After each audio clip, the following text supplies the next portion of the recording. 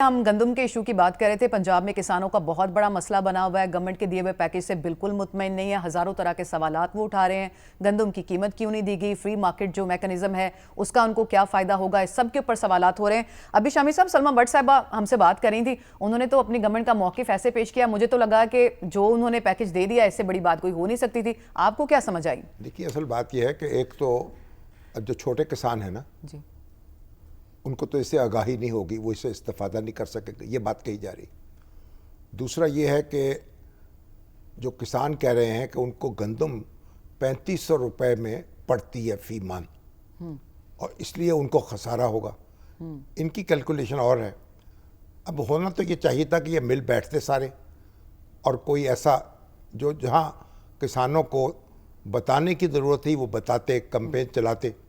पर जो कुछ उन्होंने किया है उससे कुछ न कुछ फ़ायदा तो होगा, लेकिन अब जब नताइज निकलेंगे और फिर उस वक़्त मालूम होगा कि किसान दुरुस्त कह रहे हैं या हुकूमत दुरुस्त कह रही।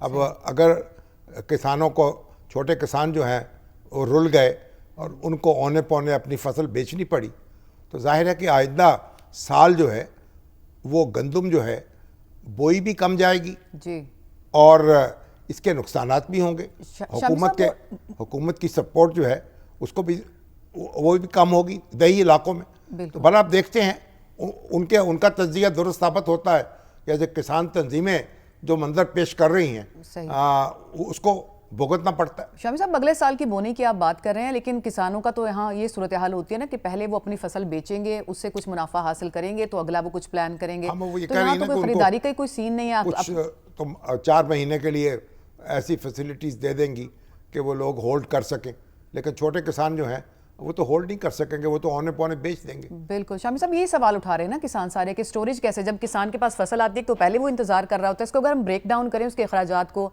जो भी उसकी सारी काश्तकारी के ऊपर आते हैं, वो इंतजार कर रहा होता है क्रॉप आए, बेचे और वो पैसा जो है उसके पास आए, जो कि पहले भी अगर बहुत थोड़ा सा ही मुनाफा उसको हासिल होता है, कोई बहुत ज्यादा तो नहीं होता। तो क्या उसके अंदर इतनी कैपेसिटी होगी फाइनेंशियली कि वो 4-4 महीने उसको स्टोर कर सके? हुकूमत जो सहूलतें दे रही है उससे किस हद तक फ़र्क पड़ता है, कितना लोग उससे इस्तेफादा करते हैं, देखते हैं, उसके बाद फिर जायजा लेंगे। एक और जो है एक नुक्ता उठाया जा रहा है किसानों की तरफ से कि जो पैकेज है वो बड़ा फैंसी है, जो डायरेक्ट तो कोई सहूलत नहीं दी गई उनको ट्रैक्टरों में और इस सब के अंदर करना।